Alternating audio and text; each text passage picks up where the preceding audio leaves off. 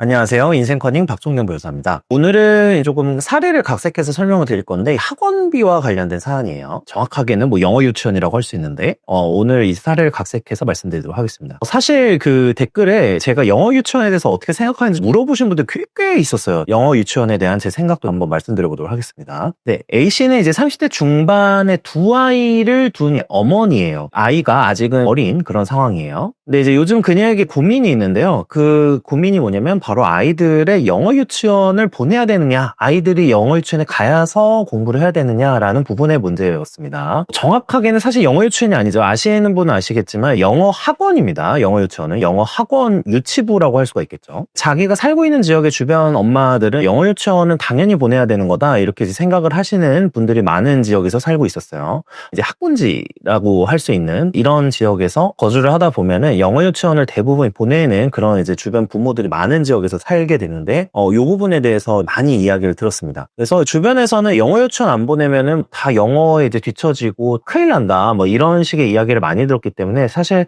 A씨 입장에서는 되도록이면 보내고 싶은 입장이었어요. 그런데 현실적인 어려움이 있는 거죠. A씨 부부는 맞벌이 부부였는데 소득은 어느 정도였냐면 아내분은 공무원 생활을 하는 그래도 연차가 쌓여서 한 월급 300만 원 정도를 받고 있는 상황이었고요. 그다음에 이제 남편분은 한 월급이 한 세후 기준으로 400만 원 정도 되는 분이었어요. 그러니까 합산 소득은 세후 기준으로 700만 원 정도 가량이 됐었는데 아이가 2명이니까 아이가 또 연년생이에요. 그러다 보니까 아이들을 이제 영어 유치원 보내려면 또 한 명만 보내기는 좀 그렇잖아요. 2명을 보내야 되는 상황인데 2명을 보내면 최근에 영어 유치원의 경우에는 100만 원 정도를 호가하기 때문에 200만 원을 2명을 보내면 400만 원이 됩니다. 거기다가 4인 가구 생활비, 여기에다가 주거비, 지금 사실 집도 사서 대출비를 감당하고 있는 상황이었기 때문에 이게 가능한가라는 부분에 문제가 있었던 거예요. 현실적으로 보면은 거의 저축이 불가능한 그런 상황이 되는 거죠. 저축이 불가능하면 당연히 노후 대비나 굉장히 큰 문제에 봉착을 하게 되니까 이 고민을 하고 있는 상황이었습니다. A씨가 자주 어울리는 전문직 부부가 있어요. 전문직 부부는 거의 합산 소득이 한 2천만 원 정도 되는 그런 부부였는데 이러다 보니까 자녀가 2명인데 영어 유치원을 보내거나 이런 데 있어서 거리낌이 없어요. 그러니까 A씨는 전문직 부부를 보면서 약간 좀 비참해지는 거죠.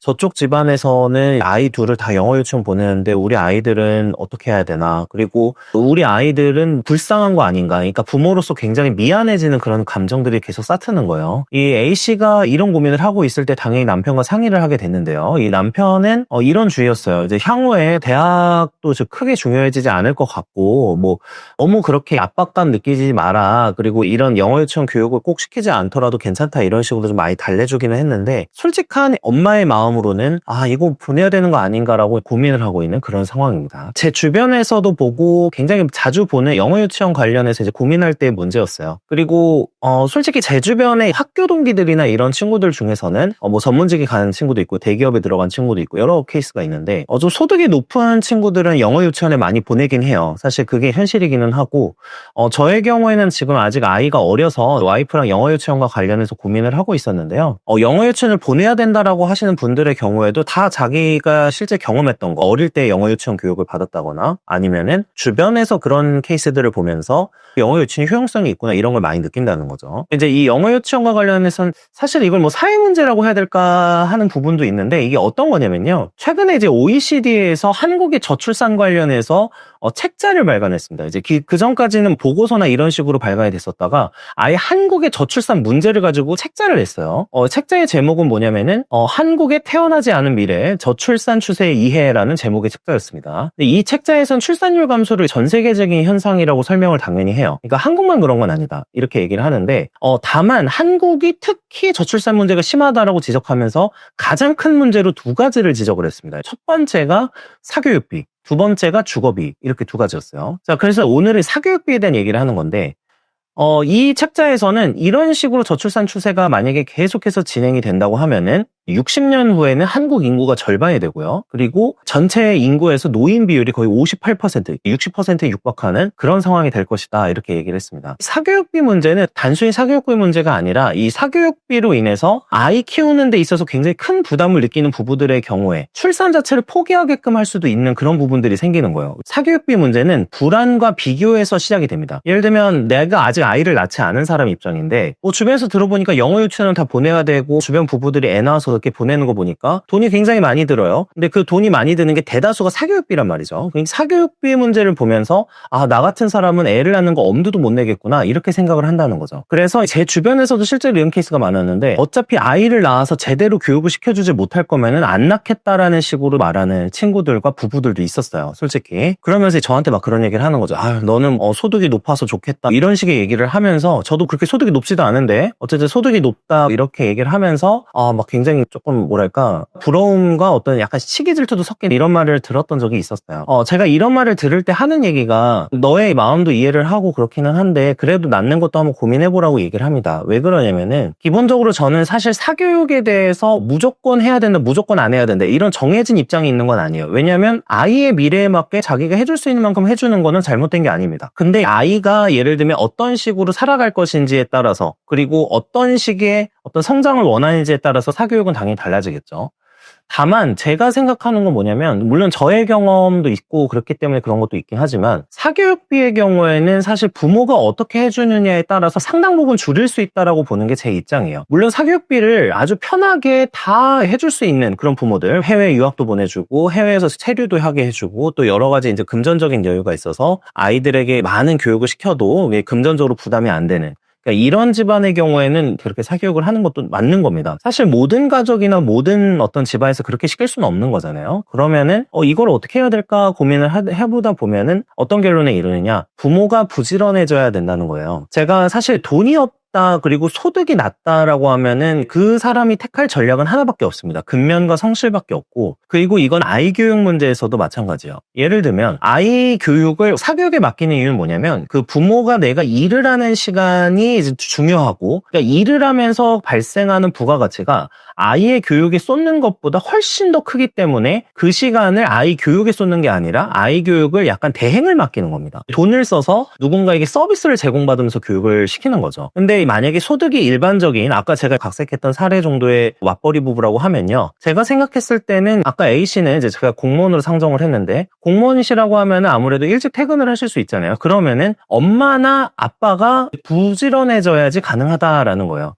부지런하다의 개념은 여러 가지가 있습니다. 첫 번째는 교육이나 기본적인 아이의 가르침에 대한 정보를 실제로 계속 습득을 해줘야 되고요. 두 번째는 아이가 배웠으면 하는 것을 일단 부모가 잘 알아야 된다는 겁니다. 예를 들면 아이가 영어를 잘했으면 좋겠다라고 하면은 제가 이해가 안 되는 게 하나 있어요. 부모가 영어를 못하면서 아이한테 영어를 계속 가르쳐요. 학원에서 가르칠 수밖에 없는 구조가 될 수밖에 없는 거죠. 그러니까 부모가 만약에 남은 시간을 영어 공부에 할애를 하고 실제로 열심히 하면서 이 부분에 대해서 집에서 보완을 해줘야 되는 상황이 되는 거죠. 그렇게 할 수 있다라고 하면은 아이 교육에 대해서 어느 정도 공백을 메꿔줄 수 있고 실제로 괜찮은 전략이라고 생각을 합니다. 그리고 제 주변에서 사교육을 많이 하지 않은 집안 중에 집에서 공부한 케이스 중에 굉장히 잘 된 케이스가 이런 케이스가 굉장히 많았어요. 사실 예전에 EBS에서 공부의 왕도라는 프로그램이 한 적이 있어요. 그리고 공부 잘하는 친구들을 인터뷰를 해서 내보냈던 프로그램이 있는데 그 프로그램도 한번 참조해보시면 좋고요. 그 다음에 세 번째는 거실공부법이라고 해서 최근에 유행하고 있는 게 있습니다. 공부법이 사실 도쿄대에 3명의 자녀를 보낸 한 엄마가 쓰신 책에서 유명해진 공부법이에요. 주로 뭐냐면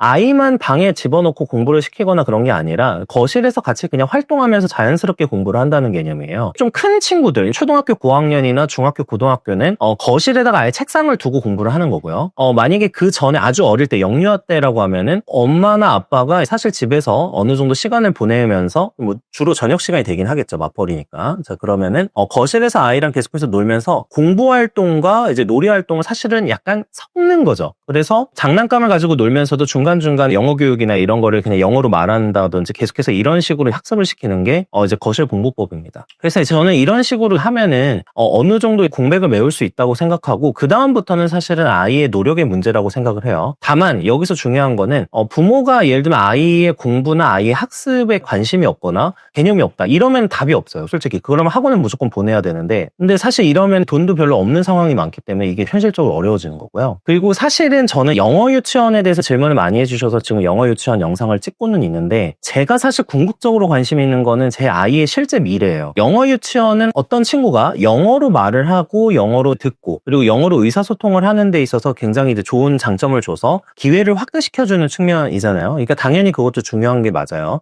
저도 영어 교육은 당연히 시킬 생각이고, 다만 저는 한국의 교육 문화에 대해서 살짝 좀 비판적인 견해를 가지고 있어요. 왜 그러냐면 아이를 교육시키는 데 있어서 전체적인 틀은 잘 보지 않는 경우가 많아요. 그러니까 어떤 영어나 어떤 대학 입시, 뭐 의대 준비반이라든지 뭐 7세 고시 이런 거에는 굉장히 집중을 많이 하시지만, 이게 아이가 전반적으로 생각하는 가치관이나 사고나 이런 부분에 대해서 이렇게 넓게 보려는 어떤 노력을 하시는 부모님들을 제 주변에서 아주 많이 보진 못했어요. 저는 사실 그쪽에 관심이 있거든요. 그래서 예를 들면 저는 유대인식 교육을 할 생각인데, 공부에 대해서 자연스럽게 이야기를 계속해서 하면서 토론에 노출되고 여러 가지 공부에 대한 열정, 학습과 성장에 대한 열정을 불러일으키는 쪽으로 많이 할 거예요. 그 다음에 당연히 자유롭게 의견 개진하게끔 하고, 독서가 특히 중요하다고 저는 생각하는 편이라서 저나 제 와이프는 독서를 좋아하기 때문에 독서하는 모습을 제일 많이 보여줄 생각이고, 그리고 어릴 때부터 저는 사실 경험과 판매나 이런 부분에 있어서 감각을 키워주고 싶은 생각이 가장 큽니다. 사실은 많은 분들은 이제 이런 그 학습적인 교육과 관련해서 더 많은 고민을 하시는 건 맞지만, 저의 경우에는 어떠냐면은 아이가 세상과 사회를 되게 빠르게 경험하고 스스로 생각하고 통찰하게끔 하는 거를 중요시 여기는 편이에요. 그래서 저의 경우에는 5살, 6살 때, 물론 저도 학원을 아예 안 보낼 건 아니에요. 학원 보내긴 보낼 건데